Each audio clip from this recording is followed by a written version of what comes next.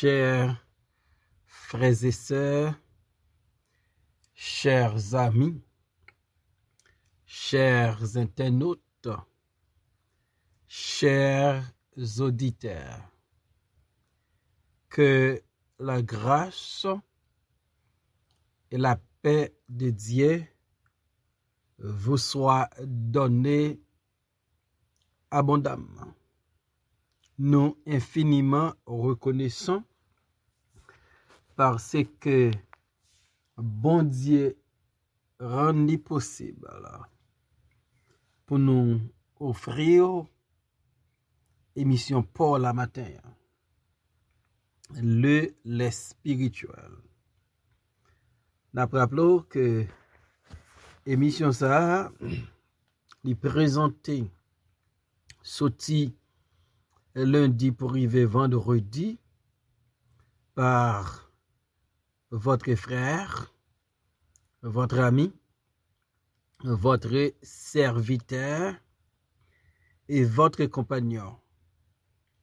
Au reste, Coulange.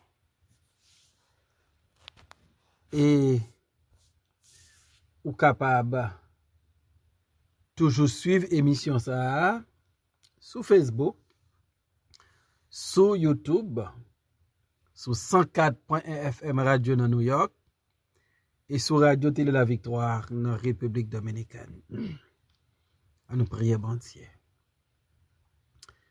Papa nous qui dans le ciel, nous courber devant majesté bénie au matin. Nous venons avec nos fardeaux, avec nos péchés, nos fautes, nos iniquités. Et nous demandons un amour infini, une grâce surabondante pour capable pardonner nous, pour capable aider nous, Seigneur, dans faiblesse nous, pour nous vivre la vie qui fait nous sembler à Christ. Mes missions les laissent spirituelles dans mon matin. Nous dépendons de vous pour émission ça, parce que sans on ne peut pas faire rien qui est bon. Nous invitons pour utiliser nos pères. Nous vous amis à supporter nous. Qu'on ait qu'on a enduré dans la vie, maladie, problème, tracas, tristesse, ou c'est bouclier, ou c'est tout pour yo, font intervention pour délivrer au Père. Nous remettons nous dans main, nous remettons mission dans main, dans nom Jésus-Christ nous prions. Amen. Nous allons dans Genèse chapitre 11, versets 29 et 30. Abraham et Nachor prirent des femmes. Le nom de la femme d'Abraham était Saraï, et le nom de la femme de Nachor était Milka, fille d'Aran, père de Milka et père de Jusca. Sarah était stérile. Elle n'avait point d'enfant. Amen. Le mariage d'Abraham. Abraham, l'elvini un homme majeur. La Bible fait connaître, lui fait choix pour le marier. Il choisit une femme qui porte le nom Saraï pour lui passer la ville avec lui. Abraham, femme li choisi, qui pote non Sarai, c'est une femme exceptionnelle parce que son nom, Sarai, veut dire ma princesse. Pour Abraham, Sarai était une princesse à ses yeux. C'est une bonne façon pour un homme de Dieu. Ouais, madame li. Traiter madame li. Donc, Abraham, ouais, dans sa rei, une princesse. Car Sarai veut dire princesse. Non. Genèse chapitre 12, verset 11. Il dit, comme il était prêt d'entrer en Égypte, il dit à Sarai, sa femme, voici, je sais que tu es une femme belle de figure. Sarai, la princesse d'Abraham, la Bible rapporte, Abraham te connaît. Sarai te une beauté extraordinaire. Abraham dit, voici, je sais que tu es une femme belle de figure. Donc, c'était une femme que sa beauté t'a attiré l'attention d'Abraham. Abraham t'es convaincu. Abraham te connaît avec certitude que sa femme, Sarai, sa princesse, elle était belle. Abraham parlait de ça. Sarai, la femme d'Abraham, n'est pas seulement une princesse selon son nom, n'est pas seulement une femme belle de figure, mais c'était une femme de valeur qui a des qualités intrinsèques.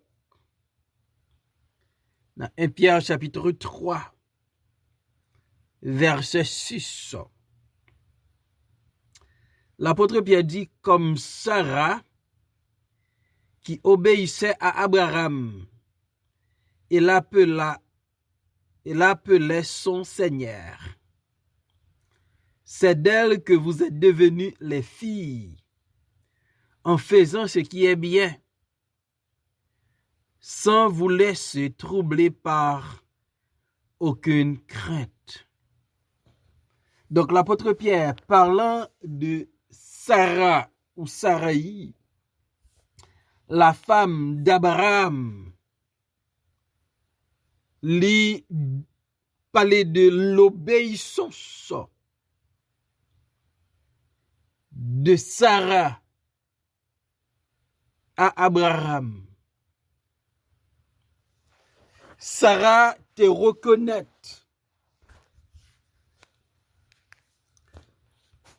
que bon Dieu mettez un ordre dans la famille.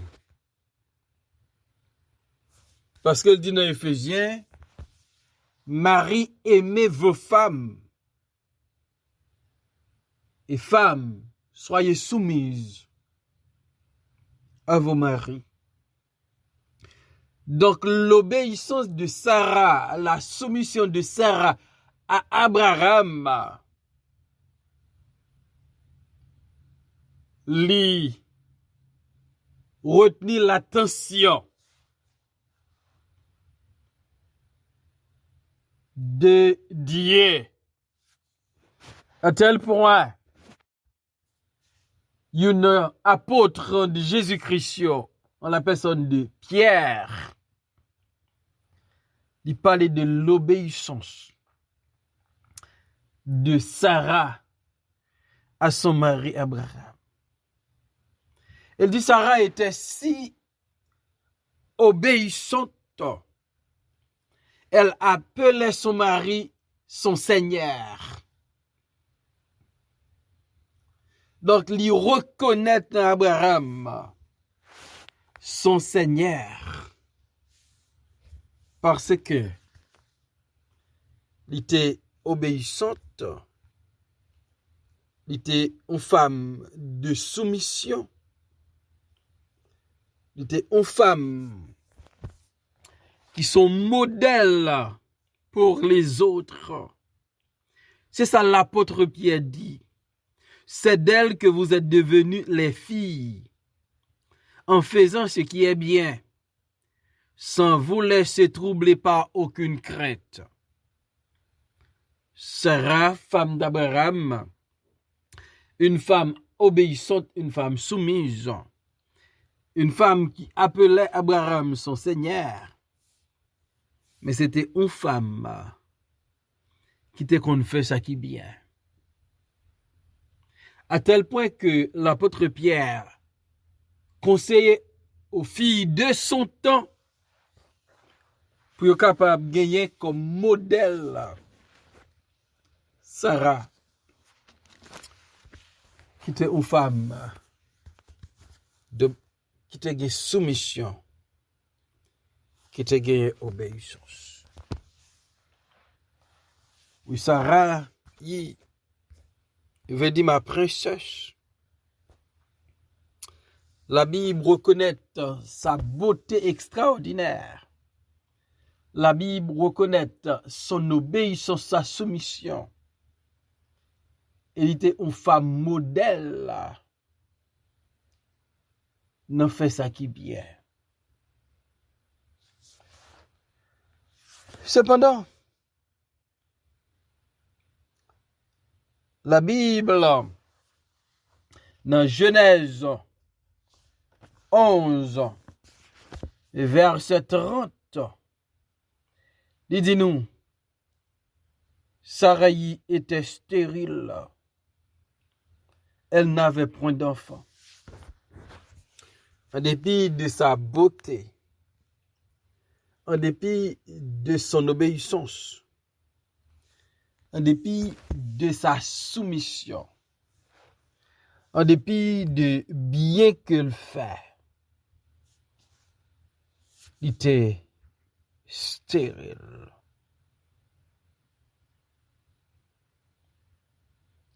Donc comment Abraham, non le voulait dire Père exalté, Père élevé, va sentir dans une maison avec une femme qui stérile. Stérilité de Sarai. va venir une ironie pour Abraham, un embarrassement pour Abraham. Parce que son nom veut dire Père exalté, Père élevé. Est-ce que Sarai, qui stérile, qui infertile, qui pas qu'à produit, qui pas qu'à bailler naissance, même à un enfant, pas une contradiction pour Abraham, parce que non là veut dire Père exalté. Comment ce Père exalté, ce Père élevé, va vivre avec Sarai, qui trouve dans l'incapacité de donner naissance à un enfant, à un bébé? Comment ça vaillait pour Abraham et pour sa femme? Il y a l'ordre divin dans la création que nous voyons dans Genèse 1er verset 22. Soyez féconds, multipliez et remplissez. Avec la stérilité, l'infertilité de Sarai, l'ordre divin de la création menacé. Parce que Sarai n'est pas féconde, n'est pas qu'à multiplier, il n'est pas qu'à remplir maison avec des enfants. Donc comment ça y est pour Abraham? Là, il constatait, il n'est pas qu'à remplir un mandat divin. Parce que sa femme était stérile. Elle n'avait point d'enfant. Donc, qui impact, qui effet, stérilité ça, infertilité ça, a fait dans la maison ça. Effet, stérilité ça, la produit souffrance. Ils sont sujets de honte. Nous allons dans Genèse 30, verset 1er. Il est question de Rachel, la femme de Jacob. Lui-même tout qui était infertile, qui était stérile. Il dit Jacob, un jour, donne-moi des enfants ou je meurs. Donne-moi des enfants ou je meurs. Ça montrait une dépression, une souffrance, un opprobre, un embarrassement. Voilà que Abraham le Père exalté, marié avec Sarai, en dépit de sa beauté, en dépit de son obéissance, de sa soumission, de bien la pratiquer, il était stérile. Il était trouvé dans situation pas de café petite. Donc son situation d'angoisse et de désespoir. Et dans Genèse 20, verset 18, la stérilité, c'était une sorte de jugement de Dieu. Comment Abraham et Sarai, sa femme, va faire pour surmonter obstacle ça c'est stérilité. Comment Abraham va sentir les noms veut dire Père exalté, Père élevé, et avec la stérilité de sa femme, l'infertilité de sa femme, il n'est pas qu'à devenir un papa vrai. Il n'est pas capable. Donc Abraham trouve un long moment qui est difficile. Dans Psaume 127, verset 3 nous dit: Voici des fils sont un héritage de l'Éternel. Le fruit des entrailles est une récompense.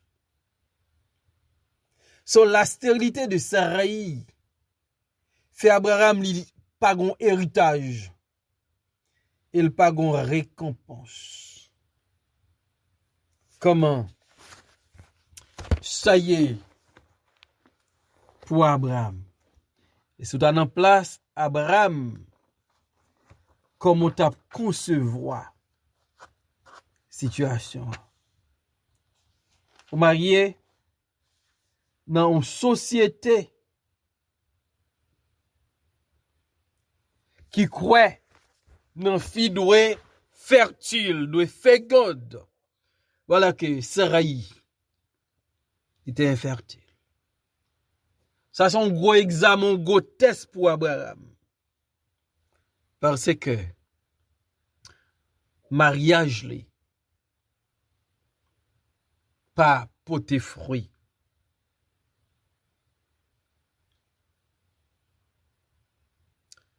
Dans Actes chapitre 7 verset 5. Verset 4 et 5 nous lit: Il sortit alors du pays des Chaldéens et s'établit à Charan. De là, après la mort de son père, Dieu le fit passer dans ce pays que vous habitez maintenant. Il ne lui donna aucune propriété dans ce pays, pas même de quoi poser le pied, mais il promit de lui en donner la possession, et à sa postérité après lui, quoiqu'il n'eût point d'enfant. Donc voilà que Abraham, bon Dieu fait la promesse. Bon Dieu promet une possession, une postérité, en dépit de la stérilité de sa femme. Et ça me donne à apprendre matin. Côté des promesses bon Dieu. Bon Dieu qui a changé la stérilité en fécondité, l'infertilité en fertilité.